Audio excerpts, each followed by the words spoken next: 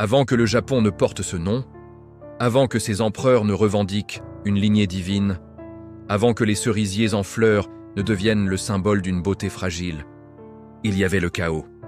Un océan sans forme, une brume primitive, un monde flottant dans le silence cosmique.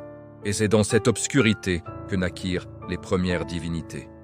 La mythologie japonaise, telle qu'elle est racontée dans le Kojiki et le Nihon Shoki, n'est pas qu'une simple collection de légendes. Elle est l'âme du Japon ancien. Elle explique l'origine des îles, des dieux, des empereurs et du soleil lui-même. Tout commence avec deux noms, Izanagi et Izanami. Les dieux primordiaux confièrent à ce couple divin une mission sacrée, donner forme au monde. Debout sur le pont flottant du ciel, ils contemplèrent l'océan chaotique en contrebas. Izanagi plongea alors une lance céleste dans les eaux troubles. Lorsqu'il la retira, des gouttes tombèrent et se solidifièrent. La toute première île venait de naître. Ainsi naquit le Japon.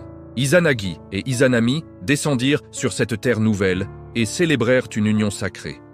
De leur mariage naquirent les îles japonaises, puis les montagnes, les rivières, les vents et les forêts. Chaque élément du paysage devint l'incarnation d'un kami, une divinité ou un esprit sacré. Car dans la tradition shinto, tout ce qui existe possède une essence spirituelle.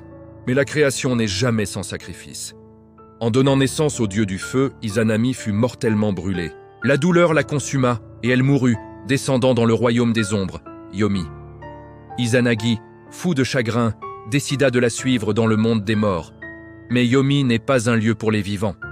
Lorsqu'il retrouva enfin Izanami, il découvrit avec horreur que son corps était déjà en décomposition. Terrifié, il s'enfuit. Humilié et enragé, Izanami jura de tuer 1000 humains chaque jour. Pour contrer cette malédiction, Izanagi répondit qu'il en ferait naître 1500. Ainsi naquit la mort et le cycle éternel de la vie.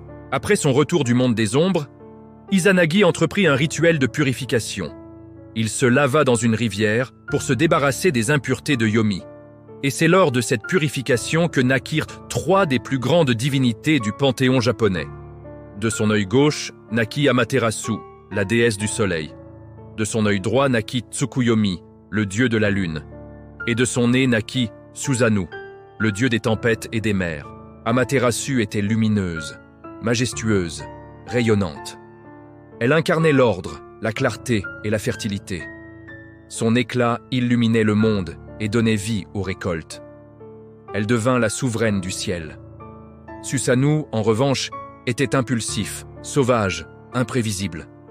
Il régnait sur les tempêtes, les vagues déchaînées et les émotions violentes. Là où Amaterasu apportait stabilité et lumière, Susanoo apportait chaos et tumulte. Izanagi confia les cieux à Amaterasu, la nuit à Tsukuyomi et les mers à Susanoo. Mais ce dernier n'accepta pas son rôle. Il pleurait sans cesse sa mère disparue, Izanami, et son chagrin se transforma en une colère destructrice. Ses lamentations étaient si violentes qu'elles desséchèrent les montagnes et troublaient les rivières. Exaspéré, Amaterasu tenta de raisonner son frère. Mais Susanoo, consumé par sa fureur, multiplia les actes de vandalisme. Il ravagea les rizières célestes, jeta un cheval écorché dans le palais sacré de sa sœur et sema la terreur parmi les divinités. Blessée et horrifiée, Amaterasu prit une décision lourde de conséquences. Elle se retira dans une grotte céleste, Amano Iwato, et scella l'entrée avec un énorme rocher. Immédiatement, le monde fut plongé dans l'obscurité.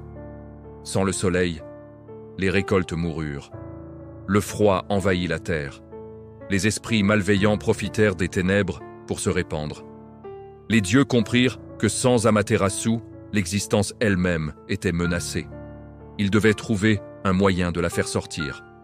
Ils imaginèrent alors un stratagème.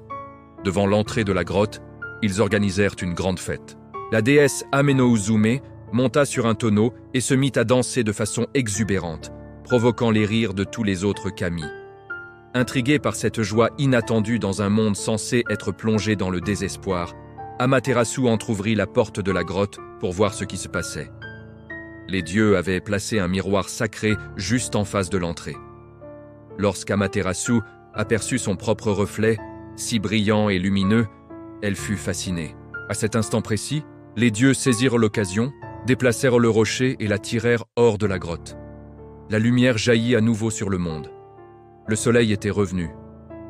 Quant à Susanoo, il fut puni et banni des cieux. Exilé sur terre, il erra jusqu'à la province d'Izumo. Là, il accomplit un exploit qui allait changer son destin. Il rencontra une famille terrifiée par un monstre à 8 têtes et 8 queues, le serpent géant Yamata no Orochi. Chaque année, la créature exigeait le sacrifice d'une des filles de la famille. Il n'en restait plus qu'une seule. Susanoo proposa un marché. En échange de la main de la jeune fille, il tuerait le monstre. Il fit préparer 8 immenses jarres de saké très puissants et les plaça devant les 8 têtes du serpent. Attiré par l'odeur, le monstre but goulûment et, totalement enivré, s'endormit profondément. Susanoo en profita pour le découper en morceaux. En tranchant l'une de ses queues, il découvrit une épée légendaire, Kusanagi. Cette épée deviendra l'un des 3 trésors sacrés du Japon, symbole de l'autorité impériale, aux côtés du miroir qui avait attiré Amaterasu hors de la grotte et d'un joyau sacré. Amaterasu, apaisé par cet acte héroïque, accepta finalement de se réconcilier avec son frère. Mais son rôle restait central dans le destin du monde. Selon la tradition, elle envoya son propre petit-fils, Ninigi, sur Terre pour gouverner les îles japonaises. Elle lui confia les 3 trésors sacrés comme symbole de sa légitimité divine. De Ninigi descendit la lignée impériale du Japon. Ainsi, l'empereur n'était pas seulement un dirigeant politique, il était considéré comme le descendant direct de la déesse du soleil. Cette mythologie ne parle pas seulement de dieux lointains, elle tisse un lien direct entre le ciel et la terre, entre le divin et le pouvoir humain. Elle explique pourquoi la lumière revient toujours après l'obscurité, pourquoi les tempêtes sont suivies de calme et pourquoi la pureté est si essentielle. Car au cœur de ces récits se trouve une idée fondamentale. L'équilibre. L'équilibre entre la lumière et l'ombre, entre l'ordre et le chaos, entre la vie et la mort.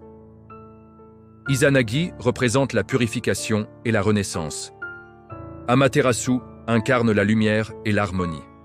Susanoo symbolise la force brute, capable de destruction comme de protection.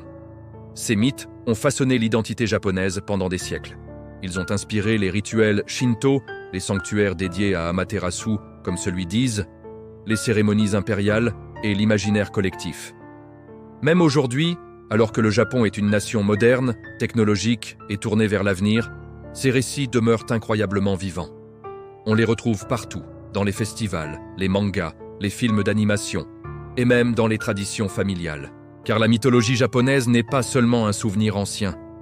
Elle est un souffle, le souffle du vent dans les pins sacrés, la lumière du soleil levant sur l'horizon, le grondement lointain d'une tempête sur l'océan.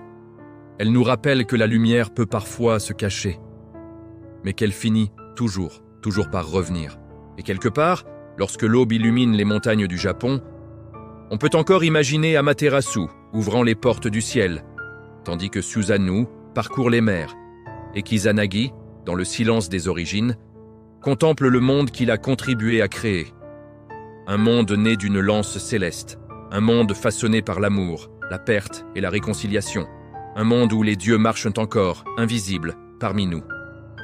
Merci d'avoir regardé, et n'oubliez pas de vous abonner pour d'autres histoires fascinantes. À bientôt.